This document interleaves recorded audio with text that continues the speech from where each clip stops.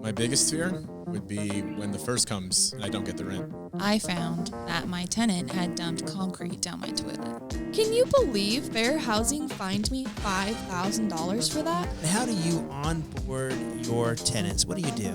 I don't even know if I do it right. If you're a landlord, don't just rent, rent perfect. The Rent Perfect podcast with property expert and private investigator, David Pickron. Well, hello. Welcome to the Rent Perfect podcast, Scott. We're here today, another episode. I'm so happy. Hey, Scott, what, I'm sorry to cut you off. I'm so excited about this topic. Oh, you're good, I mean, man. Go ahead. Fire away. I just was going to ask you what your mother's maiden name was. I can't tell you that. What about your high school friend? My high school mascot. The name of my first pet. How many security questions are we going to get asked in our lifetime? And what's Right. interesting is every time they ask us that question, that data is put somewhere. Yeah. And it's more and more and more data that people have on us. And that's what I want to talk today about is just how are people using data to do fraudulent activity and what are we seeing out there today? Yeah. So welcome to the podcast today. Subscribe.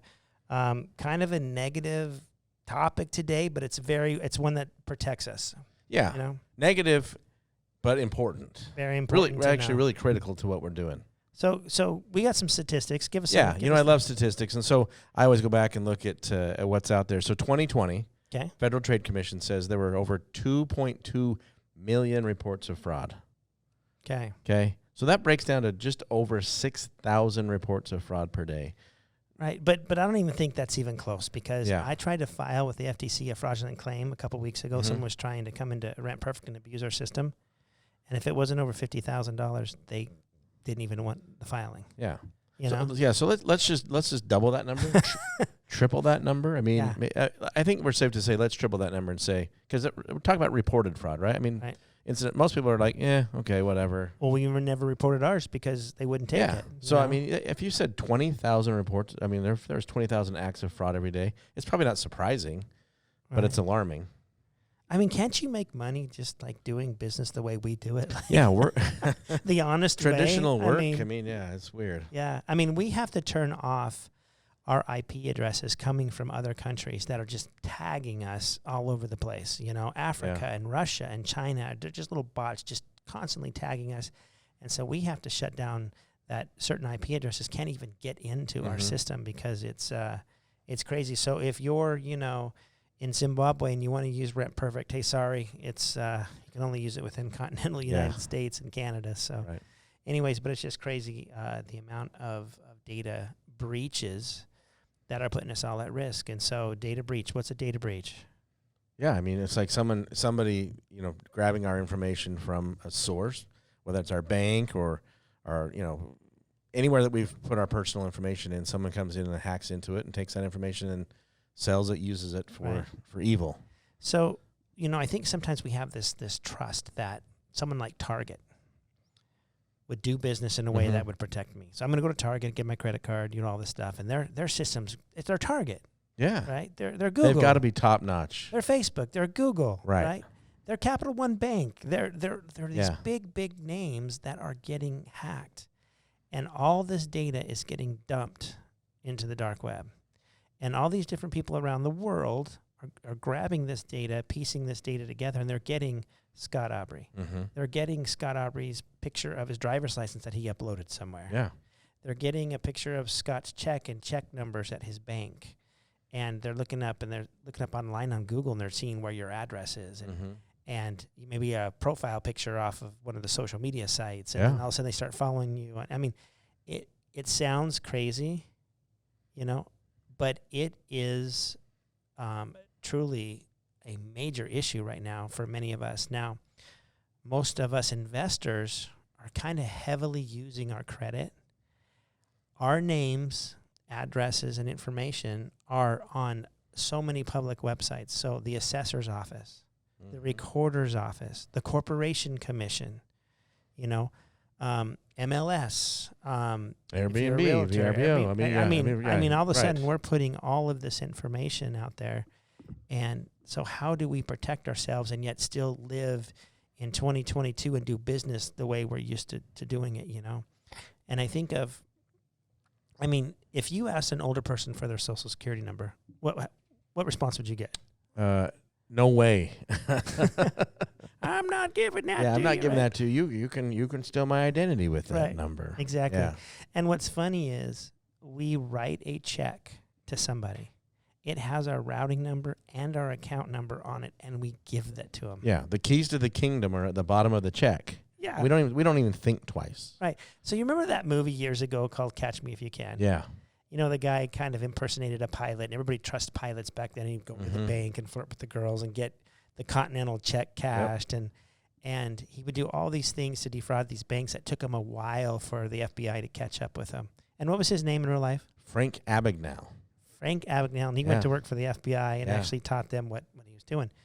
And we watched that movie and we think, oh, yeah, those are the old days. That's been fixed. I am telling you, we have more of an issue with check fraud today than ever before. I mean, just look Yeah. at your statistics, Yeah. right? Yeah. And for most of those are, I mean, it's a lot of them are identity stuff, but there's a lot of online and purchase, like shopping fraud. Right. So people grab it. I mean, you punch in your credit card number and your 3-digit code, and off it goes, and then off it goes into someone else's hands. And I mean, I'm sure we've all had this where I've got the phone call. It's like, hey, did you just buy $7,000 worth of paint at Home Depot in Orange, California? No. Oh, well, someone did. Cancel that credit card. Cancel the credit card, right? Right. Yeah, but it's happened to me a number of times where somebody's gone to. It seems like it's always Home Depot or Lowe's to buy large ticket items, and then they call me and say, I'm like, I haven't even been there ever. So I have a friend who has a pretty large law firm here in Phoenix, and they made a URL just like the law firm, but they put just one little dot in there. So if you didn't really look at it diligently, Right. you wouldn't realize it. that in the email address. In the Okay. email address, Gotcha. right? Yeah. So they made it actually URL a website. So they send an email from my friend to his secretary who owns the firm, and it says, hey, we're buying another firm, but I've got a really good deal. I've got to get money wired to them ASAP so we can solidify this deal. Okay. She says, okay, I can go ahead and send it this afternoon. It doesn't go to my friend. It goes to whoever's acting like my friend. She goes down, wires $200K, thinking they're buying another law firm. Yeah. It comes back, and luckily it gets stopped by the bank for some reason. She didn't fill it out correctly. Well, she sees my friend in the hallway, and she's like, hey, listen, what law firm are we buying? We're so excited. Yeah, what law firm are we buying? He's like, what are you talking about? Well, no, you sent me an email telling me to send off $200K we're buying a law firm. What are you talking about? And luckily, because that got bounced on the wire, Right. they didn't get defrauded. But if that wire would have went through, there was no way to pull back that money's money. gone. And this is a prestigious law firm, smart people that are just, they think they're hearing. So you really need to be diligent, not only in your checks, but in Right. your emails. How many emails do you get a day that, hi, I'm King something from Africa, and I've got $30 million to move into your bank? I mean, Yeah. is there Or- any way yeah. that's real? And it might even be those other emails where it's my mother-in-law called me a couple weeks ago. My mother-in-law's 80. She called me and she goes, I want to know if this is a scam or not. I said, okay, what is it? I got an invoice for a swimsuit. I've known this woman for 33 years. I've never seen her wear a swimsuit. I said, did you order a swimsuit? No. Then it's a scam. But it's got my name in it. It's got my thing in it. And it says I owe $80. And I'm like, man. Right. And if you're vulnerable, I mean, if you don't have a son-in-law to call and go, is this a scam? You might go, well, maybe I did buy a swimsuit. I don't know. Yeah. My father-in-law the same way, He's like, man, I can't stand my bank. They keep asking me to change my password and username, and I keep doing it. Yeah. But I keep getting these emails, and I'm like, what are you talking about? They're never going to email you and ask you to change that information. Yeah. And then he goes into panic mode, like someone's.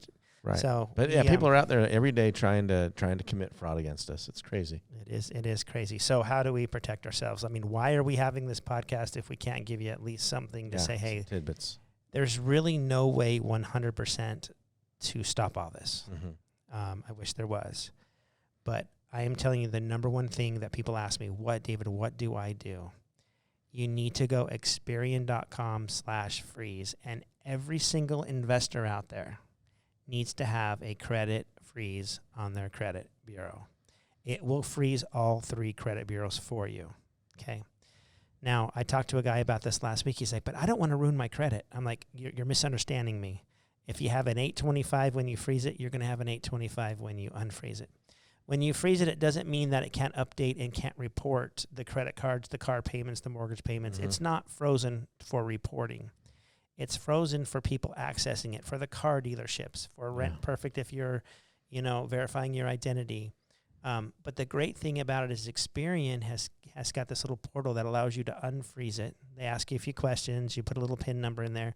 They say, how long do you want to unfreeze it for? I unfreeze it for a day. I'm buying a new car, or if whatever, I'm re-verifying my Rent Perfect program or whatever I'm doing. I unfreeze it, they pull it, and then it automatically freezes again. What's interesting is it's not only freezing your credit, but it's freezing those out-of-pocket questions.